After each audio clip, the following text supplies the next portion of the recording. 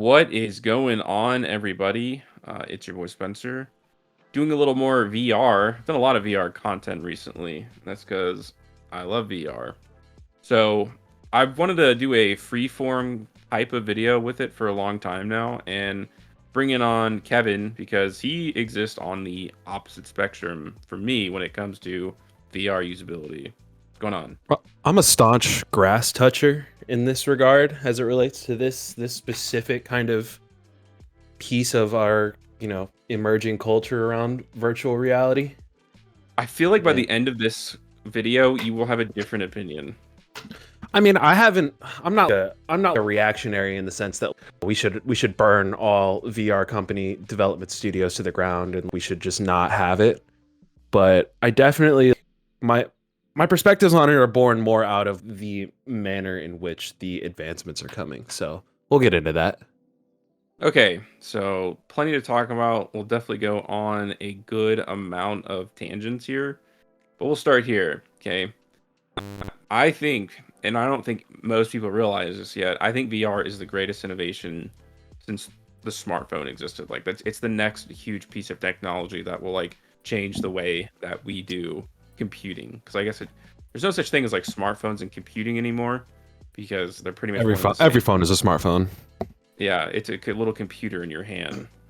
So it's the next level. It's the next thing. Like there hasn't been we've had the iPad, had the Apple Watch, smartwatches, not just Apple products obviously, but I think we kind of everyone considers like Apple the leading innovator when it comes like that's the top of the top thing that you can get.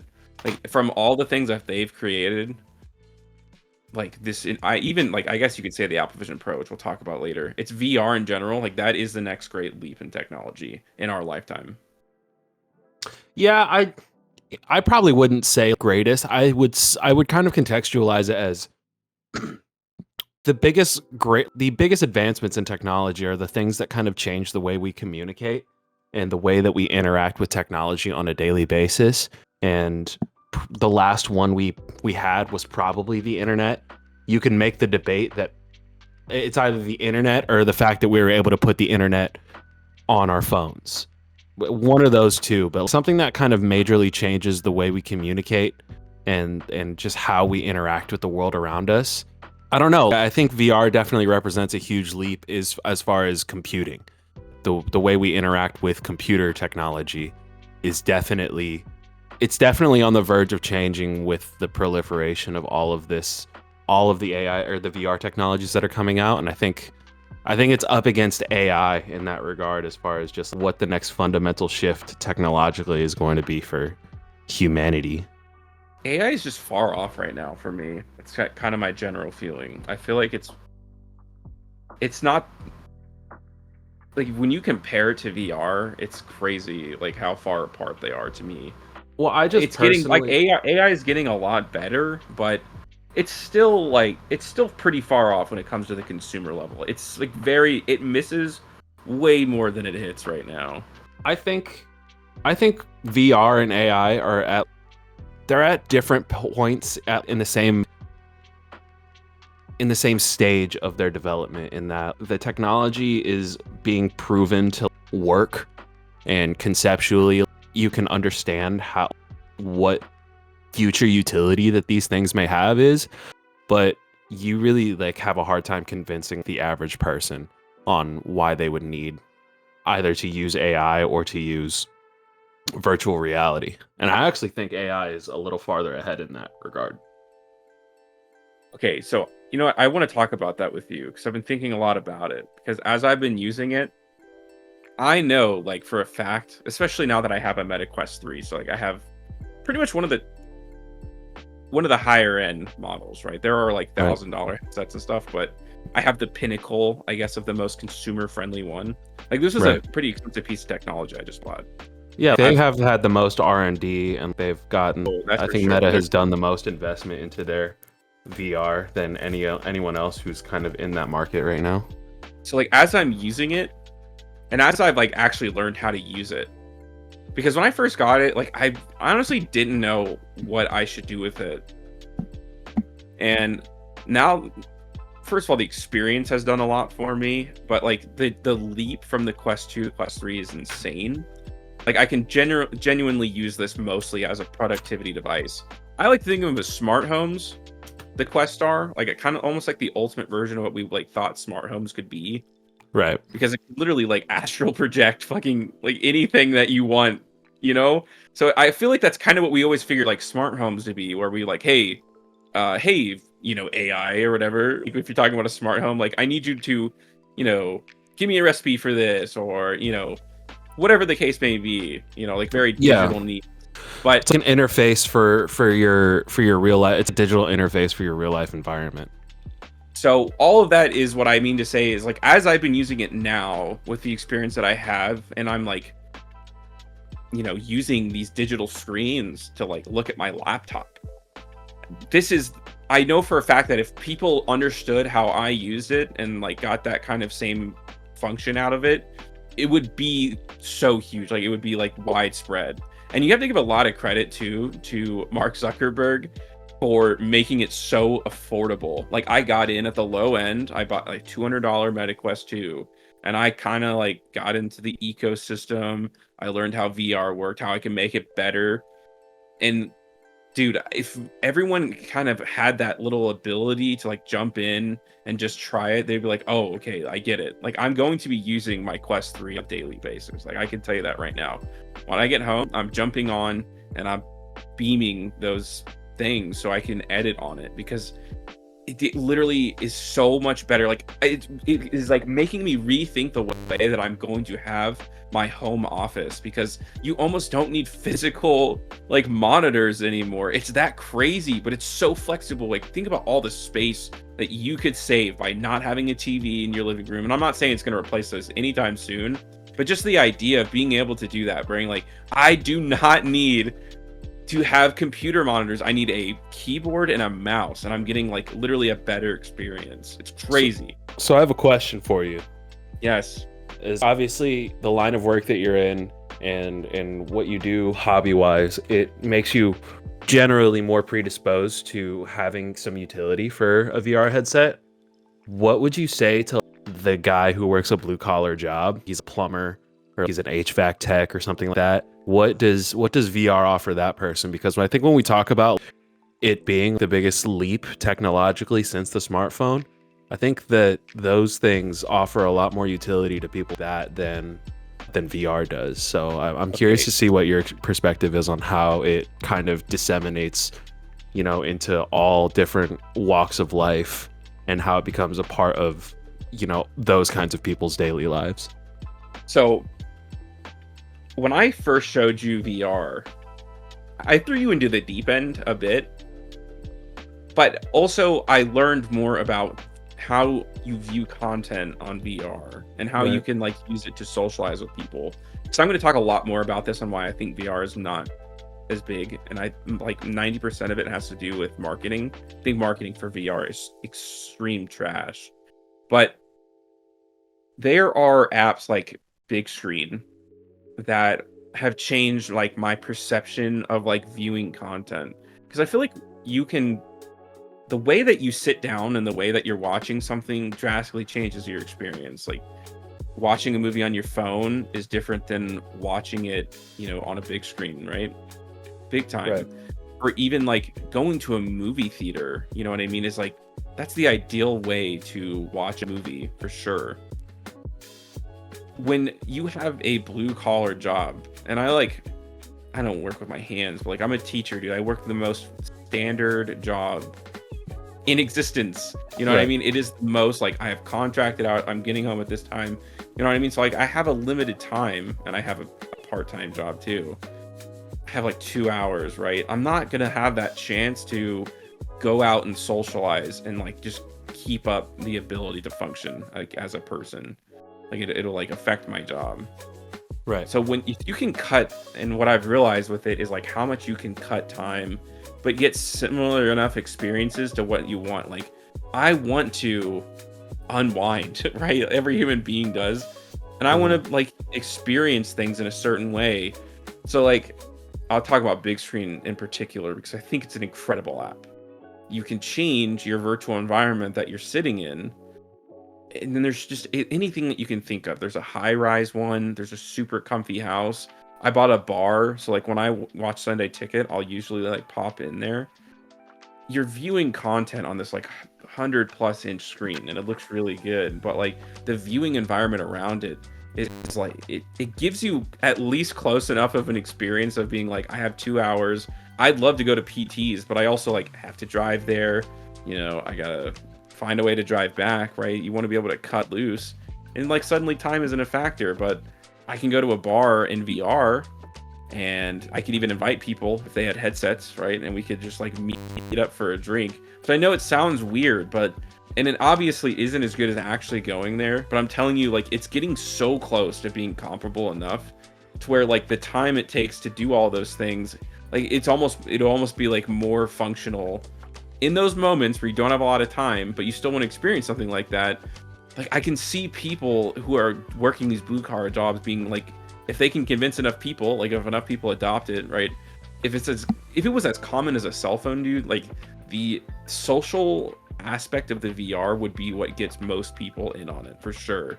Like when you sit in a comfy house, like I'll end it with this. And there was a moment where I was doing that this weekend, and you're sitting on a virtual couch, but obviously like I'm sitting in my office, I'm sitting on a couch, and I was laying both of my arms out, like to, lay on the cushions. And then when you look to the left and your right, and you're doing that in VR, dude, it starts to like get in kind of crazy on the way that like it's fake, but like you can trick yourself to the illusion enough where it kind of like it's kind of unreal. It's kind of an unreal thing to experience, dude. That's kind of where I get lost on a lot of it, is that I don't know. This is something for me personally. I don't think that this is. I don't think my perspective on this represents any larger sentiment around it. But I don't personally feel the need to supplant a lot of those experiences that you talked about that introduce more logistical considerations that you need to have. You said organizing your friends to go meet up somewhere and driving there, finding a way to get home safely, all of that stuff. That stuff is part of, I don't know, it's part of everyday considerations that you kind of just have to make in order to be a social person, in my view. And those are kind of things that I think are grounding and that are connecting to people, and that I think, I don't know, everything that you're describing, it not to poo-poo on the experience that you have, because I'm sure it is kind of, there's a marvel element to it. You marvel at it, and there is an appreciation for the illusion that it is like, that it's able to actually feel that degree of immersion. But for me, I don't personally feel I want to supplant those experiences, and I don't. And I think one of the bigger reasons why you haven't seen a wider rate of adoption of this technology is that a lot of people can't convince themselves to do that either at this point. Okay. So what I'll say is this: when I come down to visit you in a couple weeks, I'm gonna bring my Quest 2, and I will walk you through meeting me up in one of these virtual worlds. And the thing about that I really like about the big screen app in particular, I think it's one of the best VR apps in existence. It's not a floating kind of situation. It's literally about like framing your viewpoint. Like, okay, if you and I can invite you to a high rise on a big couch, and you look out to your left and you'll see like a skyscraper type of background. It's like a virtual city. And then there's like a TV outside. And I had YouTube TV pulled up, and I was watching an NBA game. That's usually what I do. Right. Like, you and I have set pieces on those couch. Like, I don't know like how I can explain why that would be like more of a better experience. It just like, it makes it more like I have this cushion and you have yours, and just like the way that you're watching it, it feels like you're sitting next to that person. Like, experience, like it makes a big difference. Like if you and I were on Discord right now, and we're like, okay, let's watch this game. First of all, it's like kind of hard for me to do that. Like I physically wouldn't be able to do that because I'd have to share my screen with you, and it would be blacked out. So like it bridges that gap in a way, and it makes that social. And again, I feel like it's replacing not social interaction necessarily. And I know I just gave an example of what I did as like actually replacing it, but I'm talking about like jumping on a Discord call. It's like literally such a higher evolution of that, and it makes that interaction so much better. that I'm telling you it would be sold to people, because the Meta just came out like literally a month ago with the Quest 3S, which is like kind of the light version of the one I just bought. But it's still really good, and it's $300. Like that's obviously not, cheaper than a PlayStation, man. But that is such a good price. Like you can convince enough people, like during like literally like a holiday season, you're like, hey, like you should, you could like maybe convince like a parent or whatever. Like I feel cheaper like than a lot of sales cheaper than a PlayStation, cheaper than Yes. it's about as much as a Nintendo Switch. So that is I want that to lead me into why I think that more people aren't into VR. Well, hold on, before you start, I want to say that I do kind of see the point in as far as just there's a limitation. You and I don't live in the same city anymore, so the ways of which that you and I are able to hang out are pretty limited as far as just the technology that is available to us. Like you said, if we wanted to watch a game together, we kind of just have to hope that our YouTube TV streams are not delayed from one another. Yeah. And there are 3 or 4 technical obstacles that we have to kind of overcome to be able to enjoy it in any kind of semi-comprehensible way. So I get it in that regard of just being able to connect with someone who is not physically in your presence. That element of it is interesting. And I don't know, from my end, it's, you would really have to, I think about Ready Player One about a lot when this stuff gets brought definitely up. That's what made VR like have its next big resurgence. And if we talk about, and if we want to lead into what holds people back from trying it, I think they're when I think about that movie is, why is everybody always in the damn game? And it's because the world outside sucks so bad. And it's okay, the world has to kind of suck a lot more for people to kind of feel they need to escape into that. And to the credit of VR, it feels we're headed that way anyway. Yeah, I actually do want to talk about using it as a social device, and I do want to get there. I want to talk about why I think, because again, I think if more people knew about the $300 headset and what it could do, I think it would be way more popular. Not as common as a cell phone, obviously, which I do think that in some point in our future it will be as common as a cell phone to have a VR headset. But the number one reason why I think that most people don't have one is because the marketing is so bad. I think that they relay the worst possible message to VR ever. Like when I watch commercials, the only commercial, and then it's actually the one commercial that spurred me to really jump back in, because for a while I wasn't using it, my Meta Quest 2, and I love VR, but there was a good chunk of time, or like a couple months, I guess I could really say, but I saw the Stadium X app. It is a virtual way to watch sports games, and the NBA is the #1 partnership with it. So it's kind of like, it's basically an NBA view, like VR viewing app, but they do have other things, and they try to make it like a giant kind of sports type of experience. But there are specific VR events for it, and I watched an NBA game from the sidelines one time, and dude, I'm telling you, like, they don't show enough. Like when they show commercials, or like, it's gonna replace your PlayStation. That's literally like what I feel 90% of the marketing is. And it's like, first of all, no. Like I think VR games are cool. Like they're definitely kind of like really nice experiences. I've played Resident Evil 4 on there. Like I've played Beat Saber. The best part of my VR headset is not gaming, and I feel like they're stupid for trying to make it seem that way. They need to show people like what you can really like. They need to show people what VR experiences are. Right. And I don't think, like, most people aren't, especially if you're catering to the most amount of the casual gamer, they don't really care about Batman Arkham Knight like VR game. I mean, it's cool, and I know like Beat Saber is like pretty cool, but those, like, it's so niche, right? Like at that point you're gonna get the same amount of fun out of Beat Saber, besides like, yeah, it's cool, but like, yeah, I can also play like dumb games on my phone, and I'm probably getting a pretty similar level of like fun out of it. Plus, I you gotta honestly, have the right situation for it, you know what I mean? They're not showing the parts of VR that make it so much more worth it. I honestly think that is kind of indicative of an issue with tech marketing in general, is that I think everyone, the people who make advertising for tech products, they think that they think the consumer at large, the average consumer, has an ongoing narrative in their head where they have kind of tracked the development of a lot of this technology.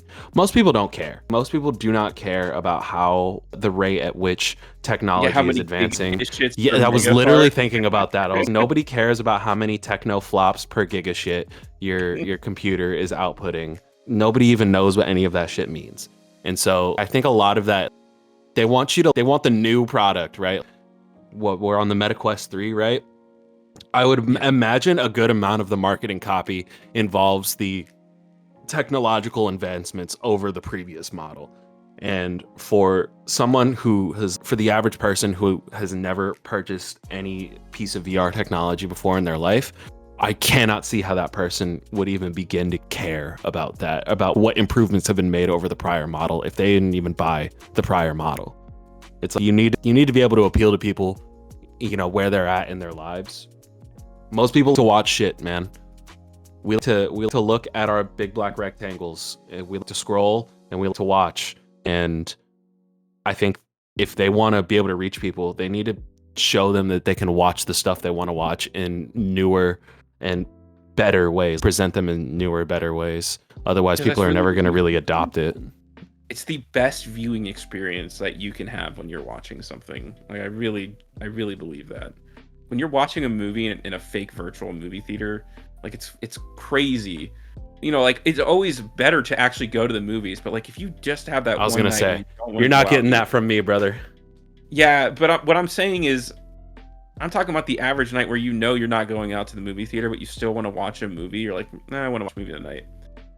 It's just like, it's something that you cannot compare it to. It's that good. I would imagine that it's better than watching a movie that was. I would say that you are probably going to be able to get closer to the experience of, say, let's take a Chris Nolan movie, right? I just watched Interstellar in IMAX 70mm, which is probably, if I asked Christopher Nolan how he wanted me to watch that movie, that's probably what he would say I should watch it in, right? And say I live in Arkansas and there's no IMAX 70mm movie theaters in my town. The closest I could probably get to being able to replicate that experience is probably through VR. And as far as just being able to have the picture, the image of the film take up a similar dimension to my eye as it would if I was sitting in a movie theater, it's probably the closest I'm going to get. It's probably going to be better as far as just, it's better going to be than watching it on my shitty Roku TV. That is, the streaming latency is absolutely murdering the picture quality and stuff that. So I can see it from that end of just, sometimes not everybody lives in a market where these things are available to them. And so I can see it supplanting those experiences for those people. And I kind of feel that's what holds people back from doing it, and what a lot of people haven't tried it more. I feel like that's the number one issue, because I feel like once you try it, especially if you try it in the right way, you're like, okay, at some point this is going to be part of my life. Like, I just feel like you can't not have that kind of reaction when you like use it the right way, because it's so good that it's kind of hard to explain. Like, I'm amazed every time I use it. This is also just kind of more of a Pandora's box situation for me, because I think about how much better a television is, or how much better the picture quality on a cell phone is, and how people have kind of been very easily able to cast away the experience of going to a movie theater and watching a movie in order to just watch it on their phone or watch it on their TV at home. And I do kind of worry about, are we still going to care about going to concerts when this stuff is available to us? Are we still going to care about going to sports games when this stuff is available to us? Because I do have kind of recognized, because now I feel like we have such an entitlement to our experience through our devices, our smartphones in particular, that I cannot go to a movie without seeing multiple people open up their phones at some point, to the point where it's okay, we cannot experience this in the way that it was originally intended for us to experience. I see the same thing when people go to concerts too. They feel entitled to a certain level of interaction with what they're seeing. in a similar way that they could if they saw a video on TikTok and are able to kind of talk to people in the comments about it. Or, you know, because now I just see every other week I see a picture or a video of somebody, an artist performing a concert, and someone's throwing shit on stage and stuff like that, trying to provoke reactions from the people that they see. Because I think that they've done enough of that, or they've seen enough of that on social media where you can tap the glass. You know what I mean? So I want to speak on that a little bit about like the top tier kind of experiences that you can get on the VR and how much better it's gotten as of recent. So I can at least talk about I can talk about a couple things. I can talk about the X Stadium, where you're literally sitting like on the court. It's crazy. Like you're sitting courtside. And that's kind of crazy because, right, those are multi-$1,000 experiences in real life. So it's kind of crazy, man. And it's not widespread yet because you can't watch it. They're like special events. They happen pretty much every day. So like, but it's like one chosen game. So you can't beam yourself anywhere. But I feel like once you get to that point, dude, and it's obviously like they're gonna start selling virtual seats. Like I'm pretty sure. I can see a world where there's one seat dedicated to a stadium, like in somewhere in the front row, and you can pay like essentially a virtual ticket to see it. And it's kind of nuts how good it is, to be honest with you. But I can also very quickly talk about, so I did the Apple Vision Pro demo. And I feel like, first of all, it's kind of crazy that people online are saying, you know, the Meta Quest 3 is better than the Apple Vision Pro. It's like, first of all, you're lying. Now, is the Apple Vision Pro worth $3,500? In my opinion, no, it's not. But I will say this, the technology on it, dude, it is scary. Like going to shows and going to, dude, if you were to watch a concert, and there's an Alicia Keys experience that you can do on the Quest 2 where you're sitting in the studio, dude, it will legitimately it'll freak you out. It's so higher leaps and bounds than anything I've ever experienced in VR. And if they start selling and you can start seeing concerts, dude, in VR, I'm telling you, man, it is like, it's so close to being there. Like the Quest 3 has a layer of cartoon on everything. You can convince yourself, and it's like you feel like you're in a virtual world, right? But your eyes can trick yourself into being like, yeah, I'm in a different realm, you know, or like a cartoon virtual dude. The Apple Vision Pro. But what you're saying is the Vision Pro is it probably does the best job in less virtually reconstructing the real world. Dude, it is like you're beaming your consciousnness into someone who's actually there. That's freaky. Dude, I was watching the Weeknd music video. I legitimately like lost my sense of like my sense of self. That's the only way I can describe it. I was like freaking out, man. Like it kind of made me paranoid a little bit. It was that good. Like that is how crazy more technologically advanced the Apple Vision Pro is than the Quest 3. Interesting. So I wanted to talk about that, I guess, just a little bit. But I guess I just mentioned this too. I just wanted to say this. If you're thinking about getting, and I'm going to make a full video on this, but I'm just going to mention it now. If you're wondering if the leap from the Quest 2 to Quest 3 is like that much more, the answer is yes times 100,000, dude. It is insane. It is like going, you know how like the PS2 to PS3 felt like more like a graphical like upgrade for the most part. Like that was kind of like the best thing out of it, essentially. Not to say that it was a bad console, but like, you know, it's like you could kind of see where that evolution was going, dude. This is like it's almost like an N64 to like Switch level exchange, man. That's pretty crazy. It is like you're using the same thing, but like the colored pass through, you know, being able to do that is, I guess, is the biggest thing. There's hand tracking too on the Quest 3, which is really cool. I am not a big proponent of always having to have controllers in your hand. It kind of annoys me. And the Quest 3, you just tap your fingers together. Like you look at something and then you tap your fingers and it selects it. So like when you're scrolling through menus and stuff, it's just so much better than having to constantly have controllers in your hand, put them down. So like just colored pass through. Obviously the processor's better, but yeah, dude, that hand tracking is absolutely, it is what makes this device so much better. Where do you think augmented reality's place in this kind of discussion lies? Because It's I going to feel be I feel at certain points, yeah, I feel in my mind the I feel it's going to be impossible to truly ever convince people to go full Ready Player One unless you make the real world as shitty as you possibly can make it to where it's the only escape is to go into the infinite Tsukuyomi, you know what I mean? But so.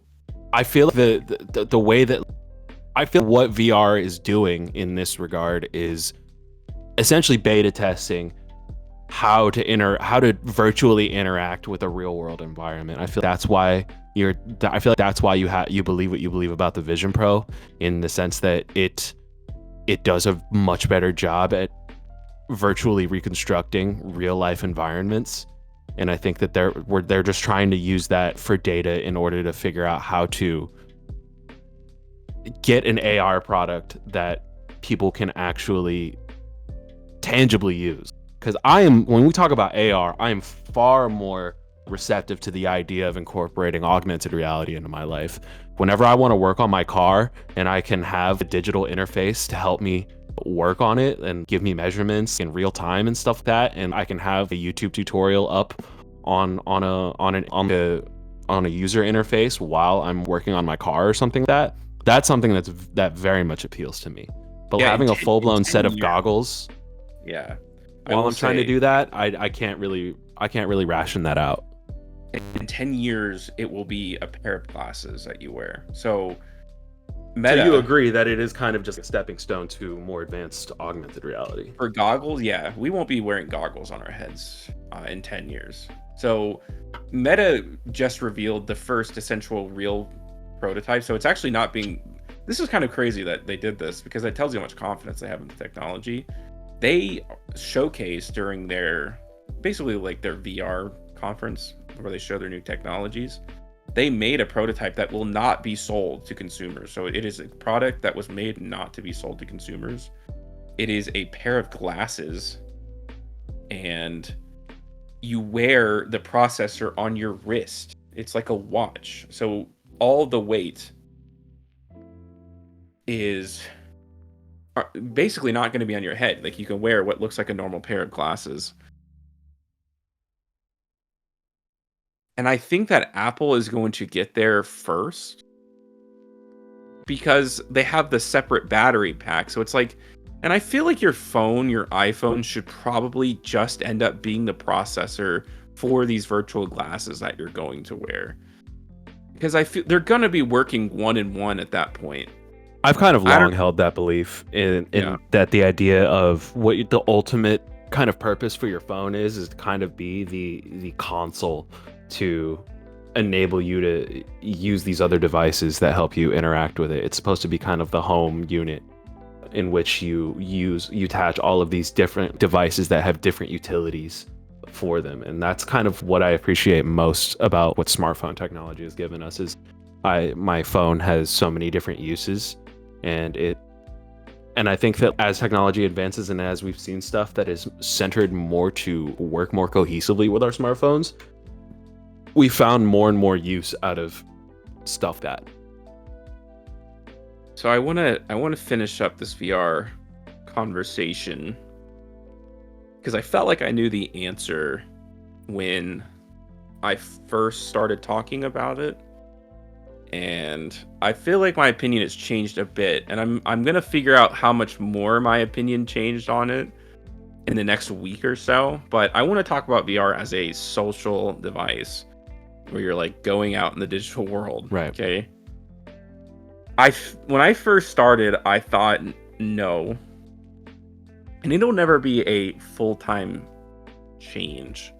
But I can see a world where I use it as a somewhat social device to meet people. So what I've discovered when it comes to VR chat, which is a very strange place, and there's other ones too. So I guess I'm talking more generally about all of these kinds of platforms. So what you'll find out when you use them is that most people are not using it on the Quest. Okay. If you're using it for the Quest only, all you're doing is you're getting children. So I didn't know this. I kind of thought VR chat was a Quest thing. It is 90 An open over, source game, isn't it? Yes, it's You can connect to Steam. it anyway. Yeah. So you use your VR headset as basically as a controller to use on your computer. So I'm gonna try doing that this week, like at some point this week, because I'm fascinated to know, like what kind of social. And I actually did find a group of guys one time when I was playing VR chat just on my Quest.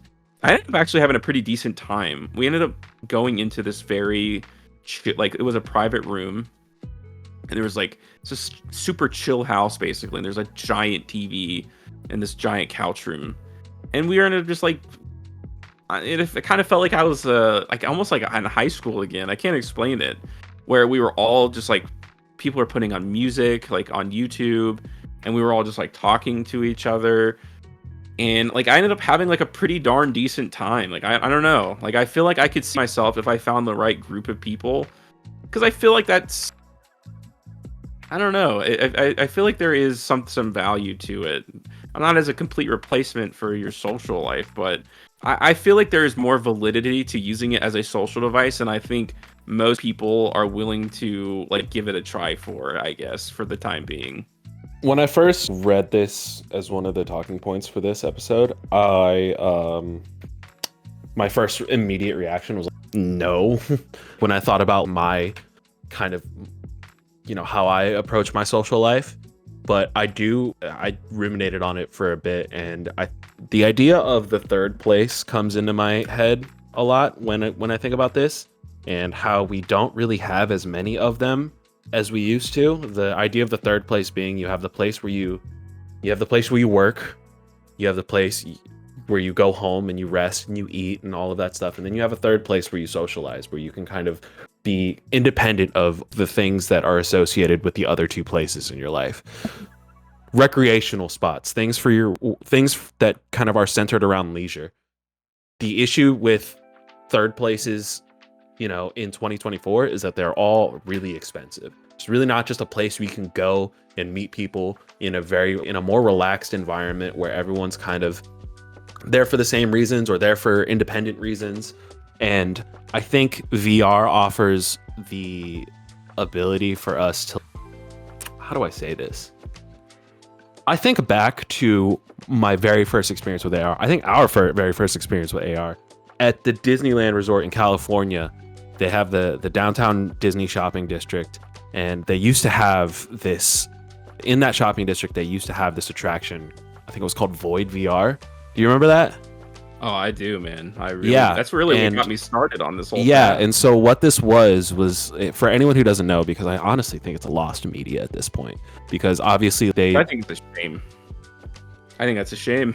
Yeah, there's really the only way you can know about it is through firsthand accounts of people who have done it, because I don't think they ever released what the gameplay looks in its entirety. I think all of these Void VR attractions have been shuttered at this point. They had one in Vegas too, but the very first time we did it, we went to this one in the downtown Disney shopping district, and they had a Star Wars themed virtual reality attraction. And what this was you have the full rig. So if you went to go do a VR experience in your local town right now, they'll have a headset, they'll have a big fucking vest for you to put on, which is essentially a PC unit on your back, and it's heavy as shit, and you'll walk around a big empty space shooting zombies or something like that, right? That's kind of par for the course of what a VR experience is if you go somewhere to have a VR experience, right?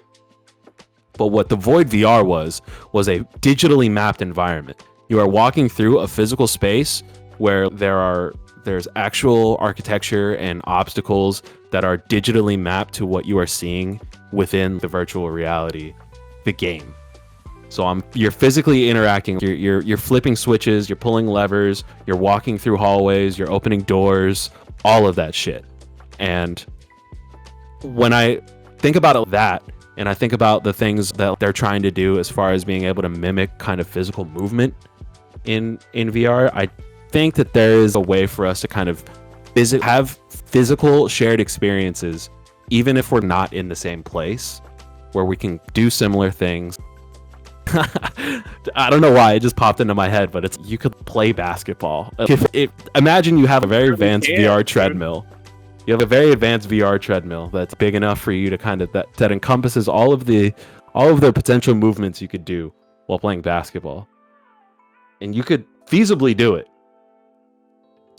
There's a couple smaller things you have to figure out, but stuff like that I think is okay. There's a utility for this, for where I can actually kind of have a shared experience with somebody who's not physically in my presence, and we're able to kind of physically engage with an environment in a similar way as if we were in the actual real environment together. In a way that is pretty. I obviously never think it'll be one-to-one, but something that will supplant the stuff that we were talking about earlier. Watching a game, hoping that both of our streams are aligned and that our internet connection holds up to us being able to experience something at the same time.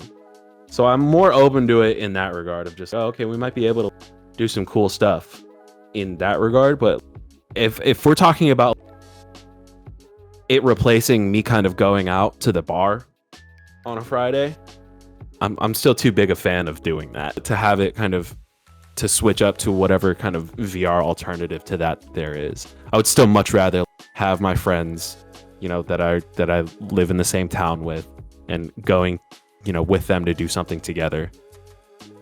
But if you think you would ever try it, sure, because I have friends that I don't, live in the same town with. I would do, if there was something that kind of proved to be effective, I'd do it with you, in the sense that we still don't live in the same town. So if there's something that we can kind of do, especially if it's in the same vein as that first Void VR experience that we did, that was, and I didn't really key in on this, but that was incredible. That was the most immersive gaming experience that I had ever had in my life. It was one of the and it wasn't even graphically, and it was the thing that you talked about with the MetaQuest, that it does transport you to a virtual world. Graphically, this game wasn't the best. It was PS3 level graphics at best, right? But the way that I was able to physically interact with the environment, feel, touch, you go over lava in the game and it gets hot in the room. That kind of shit, where you meet a certain threshold enough to trick your brain, and it met that. For the first time, VR had met that threshold, or a gaming experience had met that threshold for me, to where it was almost overwhelming. So at some point, I'm gonna have you. We'll take a full-on leap, and basically, like, I'll show you, and I will meet separately in VR chat, and we're gonna just do one night where it's like, what if you and I went out like virtually for one night, and like, because they have these like bar worlds, and like the entire thing is filled with like drinking games and stuff that you can play. Is there a drunk driving simulator? That if we want to get immersive. There's tons of those. There's actually a really funny Show me how I can drive home drunk from the virtual bar. I really think that you would like it more than you think that you would. I actually really think that. So I'll have to give it a try. Like I said, I'm leaning more towards like every once in a while using it as a social device than I definitely previously did.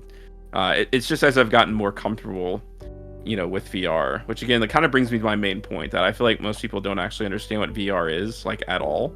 And I feel like it's the fault of all of these people who make them, is that they don't market it well enough to people and understand what will get people in there. I also think one of the, I don't know, the least charitable interpretations of the advancement of VR technology is what people do with more adult-centered content.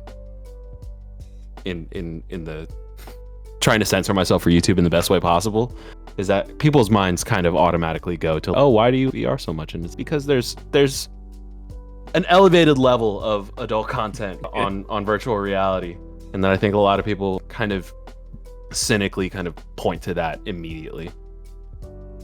It's a big perception problem for VR. Hey man, but if we are gonna be honest, the adult entertainment industry drives a lot of technological innovation. Sure does. You're right. It drove a lot of home video innovation, drove a lot of online video innovation, and I can see, dude, Gooners are a very powerful delegation, man. And so you really can't. They will figure it out. I mean, that's You can, really yeah, you kind of cannot underestimate their determination. to goon.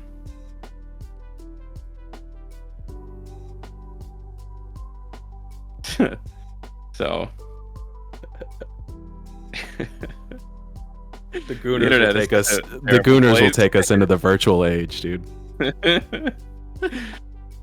They have full body tracking now, and I feel like literally, I'm not even kidding you, like 2 years from now, like, so the way that it is now, and there's a couple versions of it too. It's about $600, I guess, for a full body tracking thing, which is crazy, right? A bodysuit with No, haptic feedback and shit like that. Oh, dude, it's way better than you ever could possibly. You literally just put up a couple sensors in your room, like 2, Yeah. and it literally will pick up to the millimeter your motion.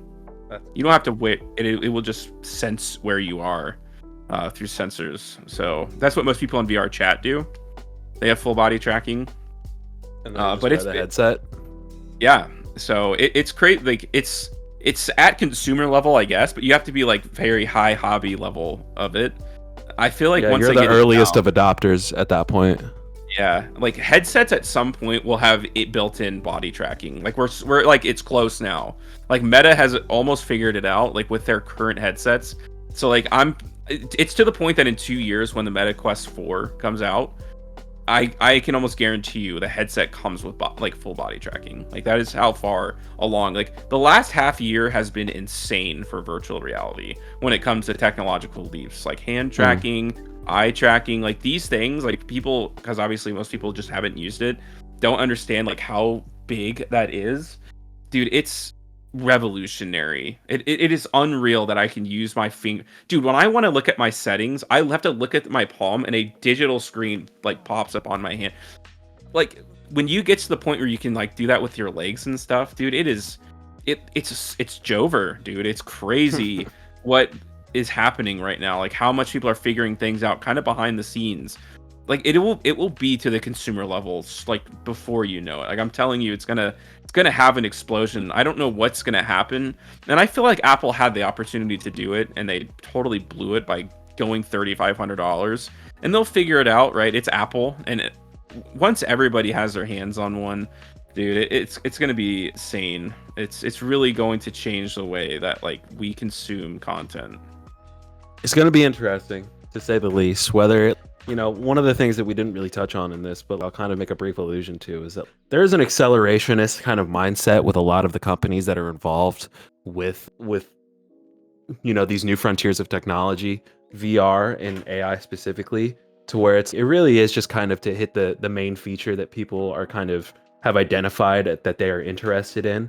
With AI, it's just, again, sounding as much a human as possible, or creating what a human would create as closely as possible with as much fidelity as possible.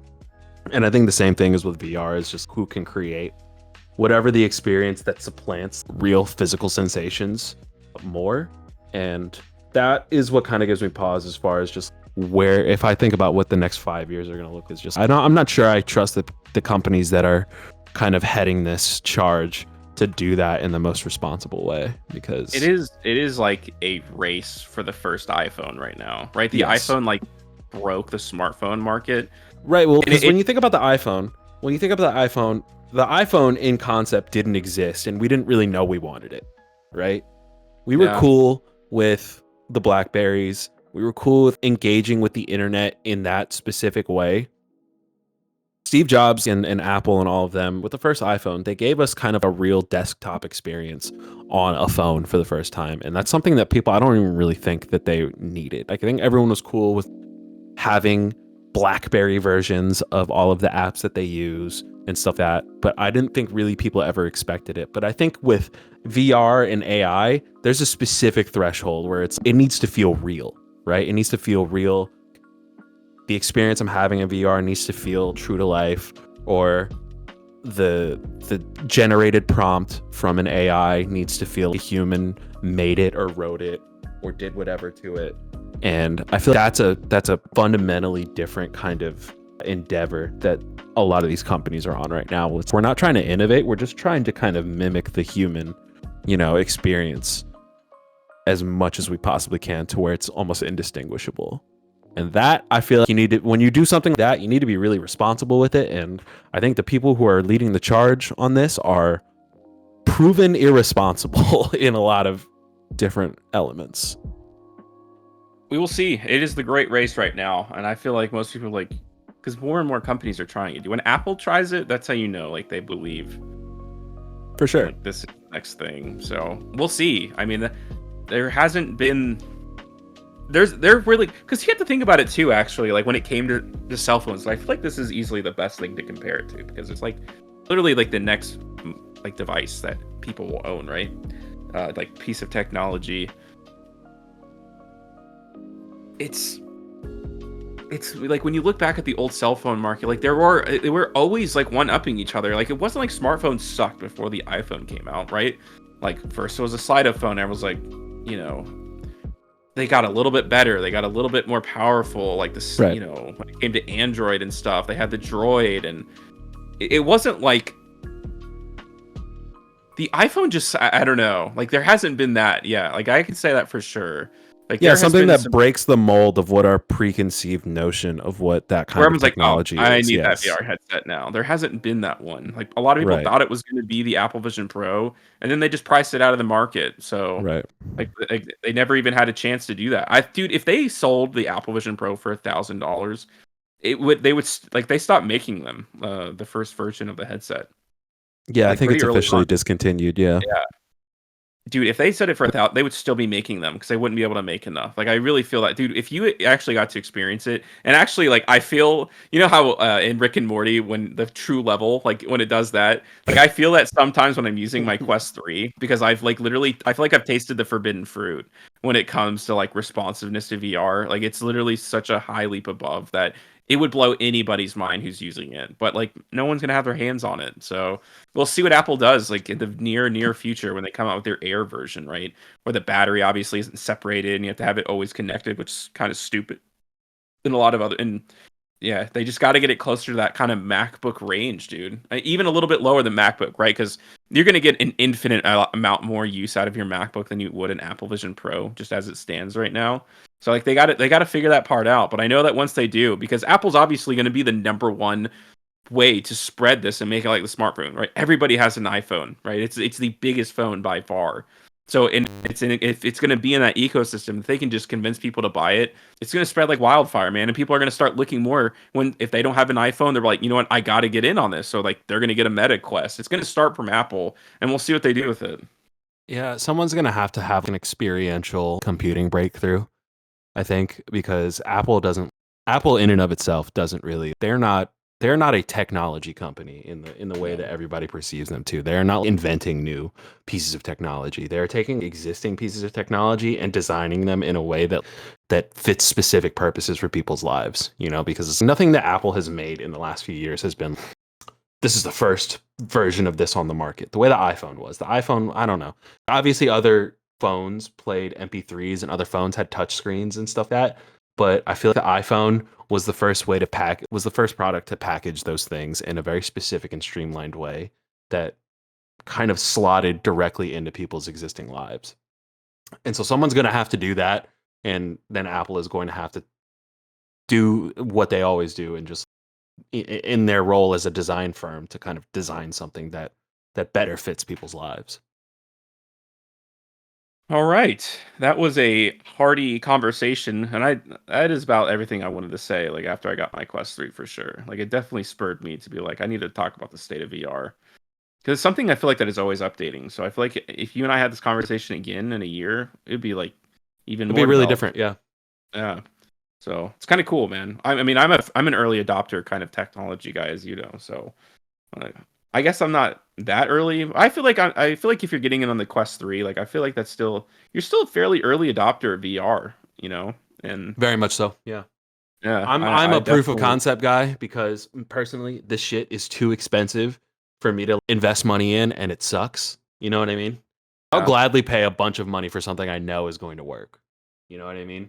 But I am far more conservative in paying for something that is new to the market, new as a concept, and we don't even know if it kind of has any volition in our day-to-day lives. You have any other thoughts about virtual reality? I mean, I was far more, receptive of a lot of these ideas than I thought I would be heading into this conversation. I thought I would just be, no, I think we should just Yeah, touch more grass. And seriously, man. that really is kind of just it is kind of more of a cynical perspective on it, because as people, as humans, our technology with relationship, or our relationship with technology is forever expanding and changing. And so I think for anyone who wants to be able to successfully navigate the world around them, they have to be able to implement and utilize technology to their advantage. And I think when you recognize that I see a lot of this more with AI, and how a lot of people kind of, they just hand wave away AI as a concept. That is almost as concerning to me as the rate at which AI is advancing, right? Because both of those things are concerning to me. The way that people seem so fundamentally against artificial intelligence, and the rate at which artificial intelligence is advancing, both of those things concern me pretty equally. Because I feel we need to be able to have a literacy of these things to be able to use them to, because I think technology, the purpose of technology is to democratize the human experience, is to make things easier for us to do that were harder to do in the past. That is the whole point of tech. And so It's to have convenient people, connecting. to have people just outright dismissing it while it in real time rapidly progresses, that is concerning to me. It's time to click the book, man. It's time to Yeah, click the man. book. At some point, they're just gonna stop. It is concerning, because it's all of this stuff where Best Buy doesn't even sell DVDs anymore. Is a bookstore going to exist 25 years from now? All of that stuff that's more of a macro kind of consideration that you make with the advancement of tech. But I think in the here and now, it's important to kind of have a literacy of these things, because at a certain point, you are going to end up the old boomer who cannot find an email in their phone. Yeah. You know how My number one you'll friend reset a life, dude. password. You'll reset a password, and they'll send a verification code to your email. And if anyone over the age of 55, their brain will immediately shut off when something like that happens. And I don't feel I ever want to be one of those people. No, I don't either. I want to feel like a cool hip guy. I I don't always even wanna want to be feel I'm cool and hip. I just want to feel literate enough in the technology that Yeah. the world runs on. You know what I mean? That's telling you, important to me. man. VR, dude. Next 10 years, it will be the next thing. Fucking see, man. All right. Let us know what you guys think about VR and your various VR experiences, or your opinions on what we just said in the comments section down below. Other than that's going to do it for today's video, and I will see you guys next time.